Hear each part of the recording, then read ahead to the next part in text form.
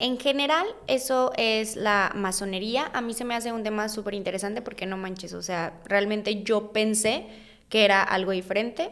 En general, masonería es apoya la libertad del pensamiento, la libertad de expresión. Bueno, no sé qué tanto libertad de expresión por lo que decías de una persona transgénero o algo así, que yo sé que se van a adaptar porque al final la masonería se trata de eso, de la adaptación, claro, y de que todos seamos uno mismo wow. De la educación laica, que yo creo que eso es un tema súper importante, o sea, el separar, bueno, educación laica creo que México súper bien, gracias Dios, bueno, no Dios, gracias. Gracias a la Virgencita en México. Gracias a la Virgencita aquí en Guadalajara. Y bueno, igualdad de derechos, que también apoya la masonería, entonces eso se me hace increíble. Y otra, separación de iglesia y del Estado. O sea, los masones no es que sean anticatólicos, simplemente es de que, a ver, güey, o sea, o das, o el Estado puede ser una libre cosa de u otra. Ajá. Claro, o sea, no, ellos no tuvieron ningún problema con eso, entonces, gracias a la masonería, aunque usted no lo crea, hubo esa separación de iglesia y Estado. Y pues bueno. Y que yo creo también que eso es gran parte de la satanización de la masonería. Claro. Como te decía de mi directora, que odia a Juárez, que pues es otro personaje que hay varias cosas por qué odiarlo, pero ella lo odiaba específicamente por masón y hereje. Y es como, señora, Juárez era católico, hizo que todas sus hijas se casaran a la iglesia, él se casó a la iglesia, duró todo, o sea... ¿De qué me está hablando? Pero definitivamente separó la iglesia, Claro. Entonces pues fue condenado por hasta el día de hoy. Pues qué pasó cuando ganó el Fox, que mandó a quitar las fotos de Juárez, que está bien, la Virgen yo sé que está más icónica, y mandó a poner a la Virgen, ¿no? O sea, hubo como, hay un odio a Juárez hasta el día de hoy por ello. Entonces, desde ahí yo creo que nace chisme de hacerlos como satánicos, son malos, ¿no? Son gente malvada que quiere que la gente sea diabólica, o sea, ni siquiera no sea creyente, literal al punto del ser diabólico.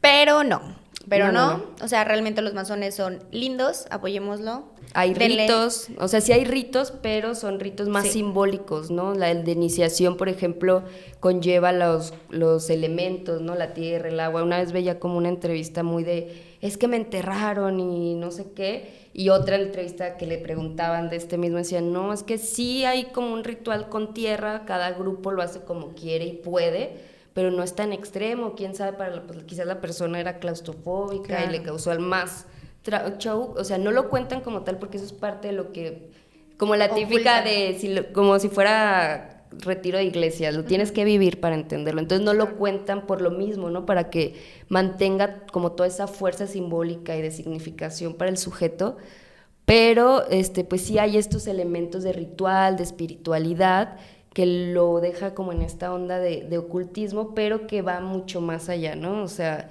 y que tampoco son solo un grupo, el club de Toby estirado, ¿no? De gente de derecho, yo eso me lo imaginaba más bien antes, era como para mí, club de Toby de los de derecho, que puros hombres que se juntaban a ver quién era más listo.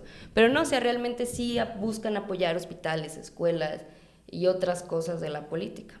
Y ahorita que hablabas de los rituales, sí, los rituales efectivamente sí existen en la masonería, pero no son rituales satánicos donde un perro lo desviven o cosas así, al contrario, esos rituales justamente se hacen para elevar de rango, por así decirlo, a los masones. De hecho son más performance que ritual. Ándale. Pero sí, ellos le llaman rituales. Porque son 33...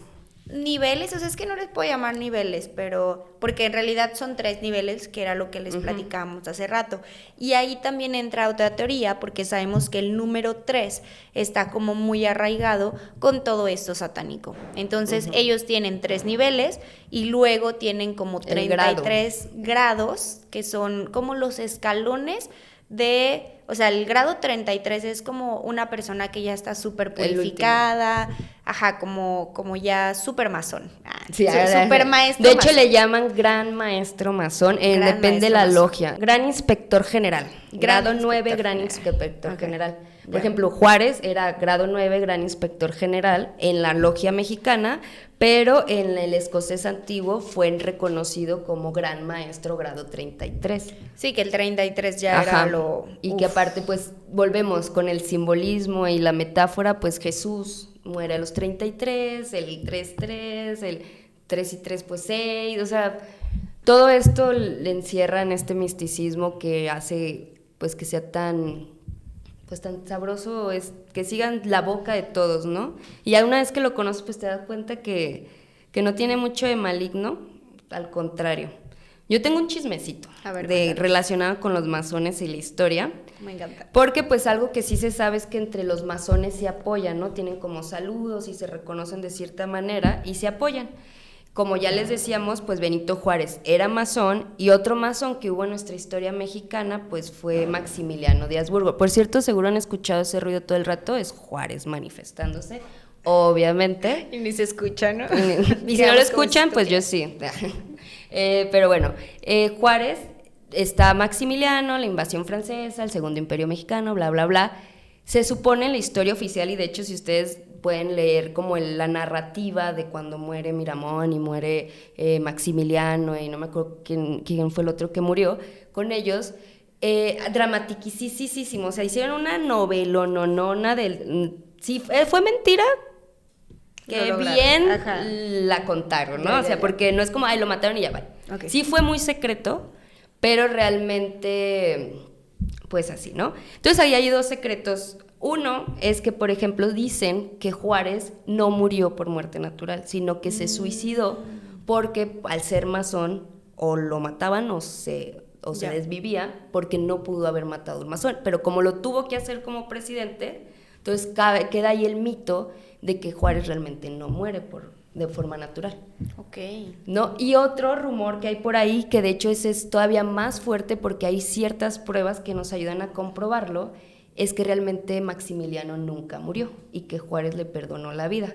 Y de hecho, poquito tiempo después de que se supone que muere, allá por el 1871, en Honduras, me parece, llega un señor, un rubio europeo alto que siempre andaba descalzo, que decía que había sido un náufrago y se llamaba Justo Armas. Y hoy en día han investigado a este señor Justo Armas y tiene fotografías de los Habsburgo, tiene una vajilla oficial de Maximiliano de Habsburgo, y se hizo un supuesto análisis, nomás que no se sabe si es verdad o mentira, porque todavía hay descendientes de los Habsburgo, de la línea materna. ¿Neta? Ajá, y como fue enterrado Justo Armas en un panteón de allá, entonces sí pudieron hacer como esta comparación.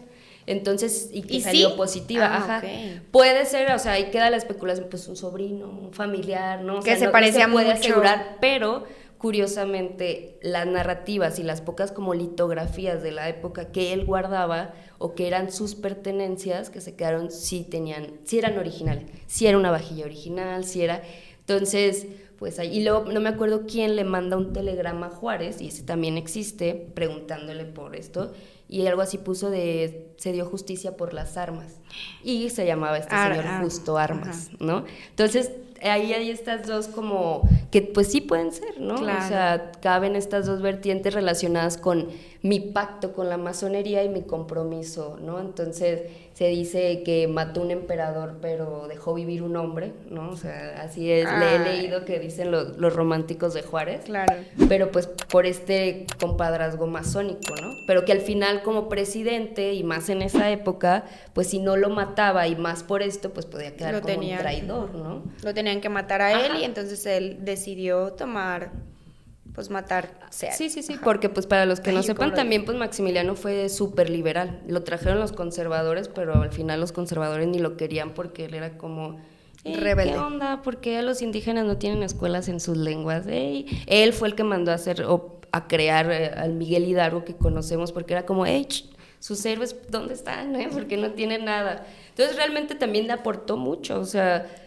Creo que los conservadores, o que luego los ponen en la línea de los conservadores, ha hecho, para mí hizo más que Juárez, perdón por esta cosa tan controversial, pero Carlota era muy querida y todo, entonces pues ahí podemos ver que sí, quizás sí tenían gran influencia en la política de aquel entonces en todo el mundo, y por eso hay una logia tan fuerte en México.